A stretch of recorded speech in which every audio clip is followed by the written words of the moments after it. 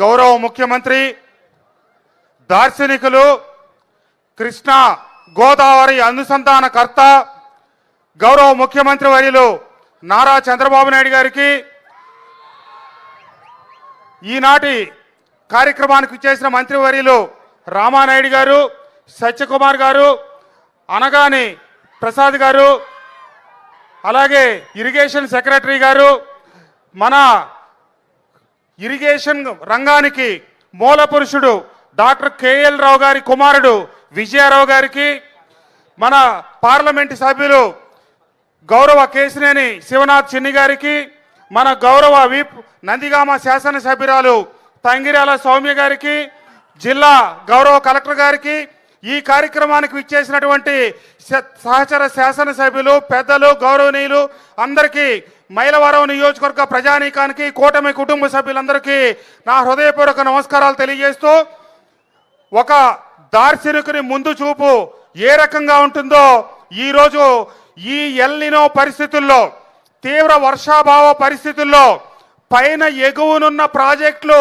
నిండి కింద నీళ్లు లేని పరిస్థితులు చూసాం. కానీ పైన ఎక్కడా నీళ్లు లేకుండా కేవలం కృష్ణా పరివాహక ప్రాంతాల్లో చిట్ట చివరిదైనటువంటి మన ప్రకాశం బ్యారేజ్కి మటుకు నీళ్లుండి ఈరోజు 12 లక్షల డెల్టాకి నీరు ఇవ్వగలుగుతా ఉన్నామంటే ఆ మహానుభావుడి ముందు చూపు.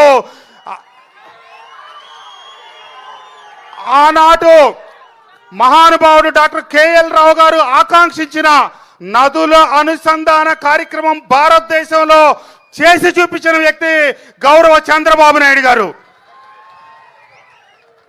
పట్టి సీమ అంటే కాదు ఒట్టి సీమ అని ప్రచారం చేసిన దుర్మార్గులకి అది ప్రారంభించిన 10 సంవత్సరాల తర్వాత ఆయన నాటిన మొక్క ఫలాలు ఈరోజు ఏమందుతున్నాయో మీరందరూ కళ్ళతో చూస్తా ఉన్నారు.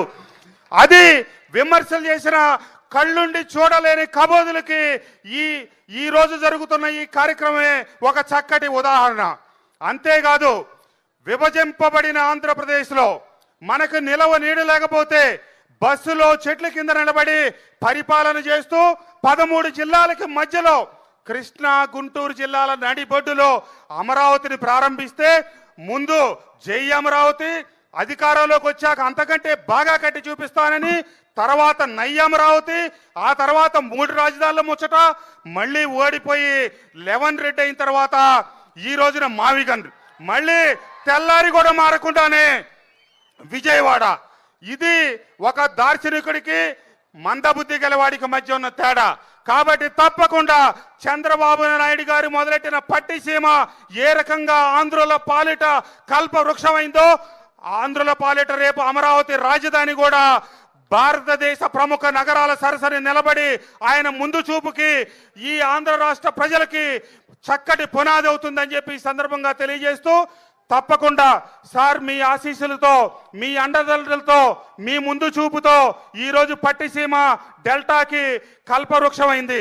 అట్లాగే మీ ముందు చూపుతో మెట్ట ప్రాంతమైనటువంటి నందిగామ, నూజివీడు, తిరువూరు, మా మైలవరం నియోజకవర్గాలకి మీరు ఆ చింతలపూడి ఎత్తిపోతల పథకం పూర్తి చేస్తే మేము కూడా శాశ్వత కరువు బారి నుంచి బయటపడి ఏ రకమైనటువంటి ఇట్లాంటి పరిస్థితుల్లో ఎల్నినో ఏ రకమైన వర్షాభావ పరిస్థితులు వచ్చినా మైలవరం, నందిగామ, తిరువూరు ప్రాంతాలు సస్యశ్యామలం అవుతాయని ఈ సందర్భంగా కోరుకుంటూ, కొంతమంది ముందు తరానికి యువకులైతే కొంతమంది ముందు చూపులేని కబోదులు పట్టిసీమను కాదన్నారు, అమరావతిని కాదన్నారు. చింతలపూడి ఎత్తిపోతల పథకం 14 నుంచి 19 వరకు 75% పూర్తయితే అధికారంలో ఉన్న 5 సంవత్సరాల్లో ఒక్క అంగుళం కూడా ముందు కదపలా. గౌరవ ముఖ్యమంత్రి గారి నాయకత్వంలో, ఆధ్వర్యంలో ఈ 29 లోపు ఈ పోలవరం పూర్తయిన తర్వాత చింతలపూడి కూడా పూర్తి చేయాలని చెప్పి ఆకాంక్షిస్తూ, మీరు మా నియోజకవర్గానికి వచ్చారు కాబట్టి మా ప్రాంతానికి అవసరమైన చిరు కోరికలు అడుగుతా ఉన్నాను సార్. మీ సంకల్పంతో, మీ ఆశీస్సులతో ఈ పవిత్ర సంగమం ఏర్పడింది. దానికి వచ్చే దారి చిత్రమైపోయింది. గడిచిన 5 సంవత్సరాల కాలంలో నేను శాసనసభ్యుడిగా ప్రభుత్వంలో పనిచేసి ఆ రోడ్డు కోసం ఎంత కృషి చేసినా రోడ్డు నిర్మించలేదు సార్. ఇక పవిత్ర హారతలు కూడా ఆపేసి దీన్ని పాడు పెట్టడం జరిగింది. కాబట్టి ఆ రోడ్డు నిర్మాణం ఒకటి. ఇబ్రహీంపట్నం, కొండపల్లి 1,00,000 జనాభా, 50,000 పైసలకు ఓటర్లతో కలిగి మౌలిక వసతులు లేక ఇబ్బంది పడతా ఉన్నాం సార్. అంతర్గత రహదారులు డ్రైన్లకి ఒక 50 కోట్ల రూపాయలు కేటాయించాలని మీకు 3 వినత పత్రాలు ఇస్తా ఉన్నాను సార్. అవకాశం ఉన్నప్పుడు తప్పకుండా చేయాలని, మరీ ముఖ్యంగా చింతలపూడి ఎత్తిపోతల పథకం మీద మీ దృష్టి సారించాలని చెప్పి కోరుకుంటూ, ఈరోజు ఈ పవిత్రమైన కార్యక్రమానికి, ఈ పవిత్ర సంగమానికి, కృష్ణా గోదావరి కలయికలకి దశాబ్ద కాలం తర్వాత కూడా ఆ దార్శనికునికి ముందు చూపుకి నిదర్శనంగా జరుగుతున్న ఈ కార్యక్రమానికి వచ్చిన గౌరవ ముఖ్యమంత్రి గారికి ధన్యవాదాలు తెలియజేస్తూ, వేదికలకు ఇచ్చిన పెద్దలకి, ఈ కార్యక్రమంలో పాల్గొన్నటువంటి కూటమి కుటుంబ సభ్యులందరికీ ధన్యవాదాలు తెలియజేస్తూ సెలవు తీసుకుంటున్నాను. జై హింద్. జై బాబు, జై బాబు, జై బాబు, జై అమరావతి, జై అమరావతి.